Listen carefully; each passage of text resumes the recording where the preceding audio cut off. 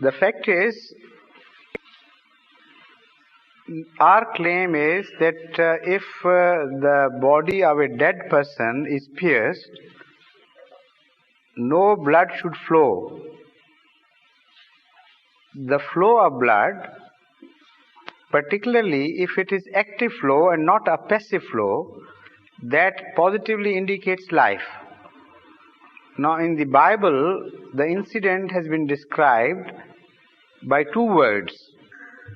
In some versions you read the blood flowed, the blood rushed out.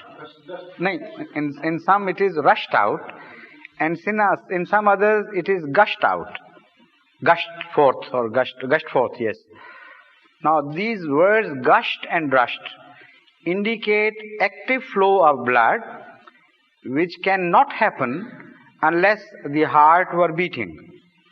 Without that it's not possible.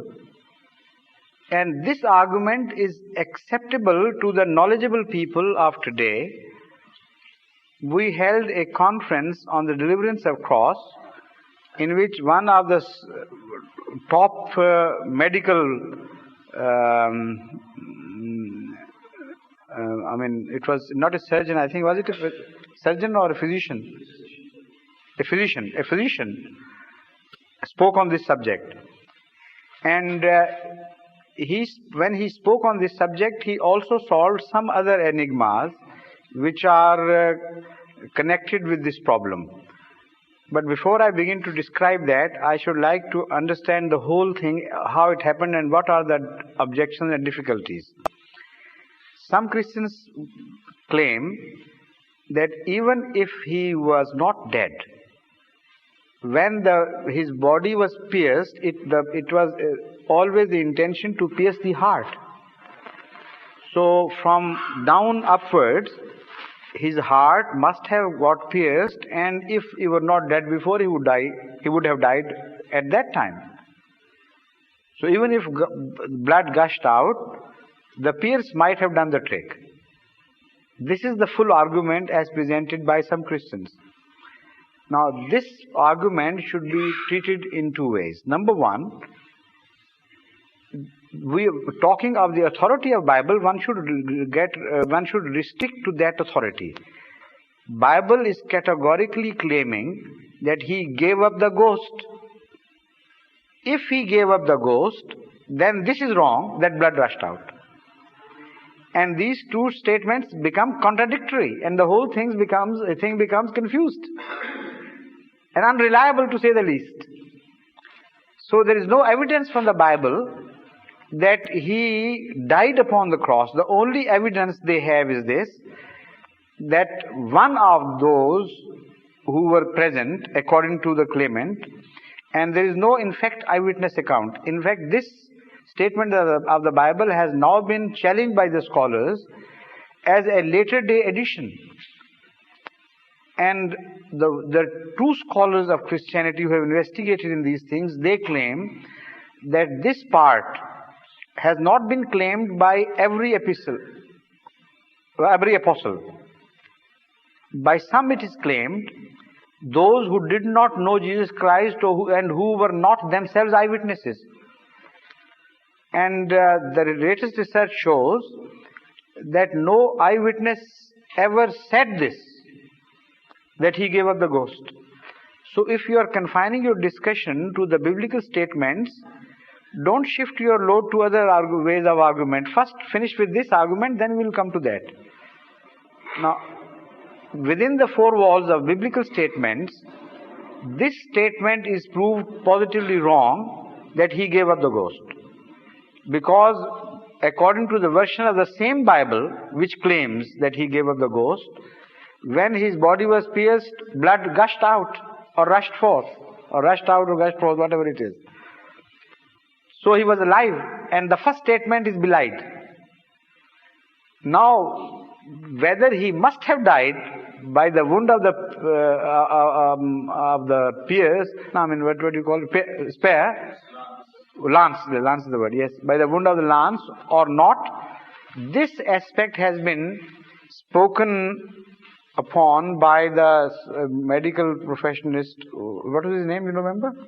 He's a medical authority of some renown who spoke on the subject of deliverance of Jesus Christ from cross. Well, anyway, the argument is valid. So whether he is an authority or not, that is in fact not as important as the argument itself. He drew the picture of the crucifixion of Jesus Christ as it has been handed down to us through generations. And he also claimed and said this is a repeatable experiment. Hold someone in that position and let him hang. His body would rise and his relationship of the heart to the surrounding body would change. And according to the statements, he was pierced here by the lance. And he made the direct line and said, it is not possible by any means for that lance to have pierced the heart in that position. So whatever came out of the body was not the bleeding of the heart, but other bleeding of the arteries or some other bleeding. And secondly, if he had bled at that, if he had, the heart had been pierced and it was beating, this is why the blood rushed out, then he should have died there, and there should have been some symptoms of his cry or death or some indication that it was that moment when he died. So either way, this claim is proved to be wrong, according on the biblical authority, on the authority of the New Testament. The only claim is that they saw him, gave up the ghost, and the next chapter tells you that in reality he didn't give up the ghost, because when his body was pierced, blood rushed out.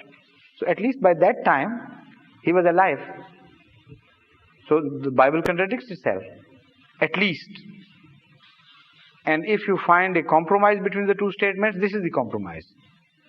That he had never died and did not die even afterwards. He was saved with a purpose. And that purpose is also mentioned in the Bible, that he had prayed to God and God listened to him to save this cup of death from him, to save him from the cup of this cup of death. And also there is evidence that if somebody, this is a medical evidence, that if somebody goes into a swoon, a casual observer or even an intent observer from outside is not in a position to declare that he is dead. You have to make certain investigations and you have to examine the body. A person going into swoon would behave exactly like the same as a person dying. He would drop his head in the same manner. So it is not possible for an observer to declare that he gave up the ghost. It's just a statement. So that statement, if it is true, but the present scholars say no, it's not a true statement. It was attributed to the Bible much later on, maybe 200 years afterwards. But considering it to be a true statement, still it's no evidence.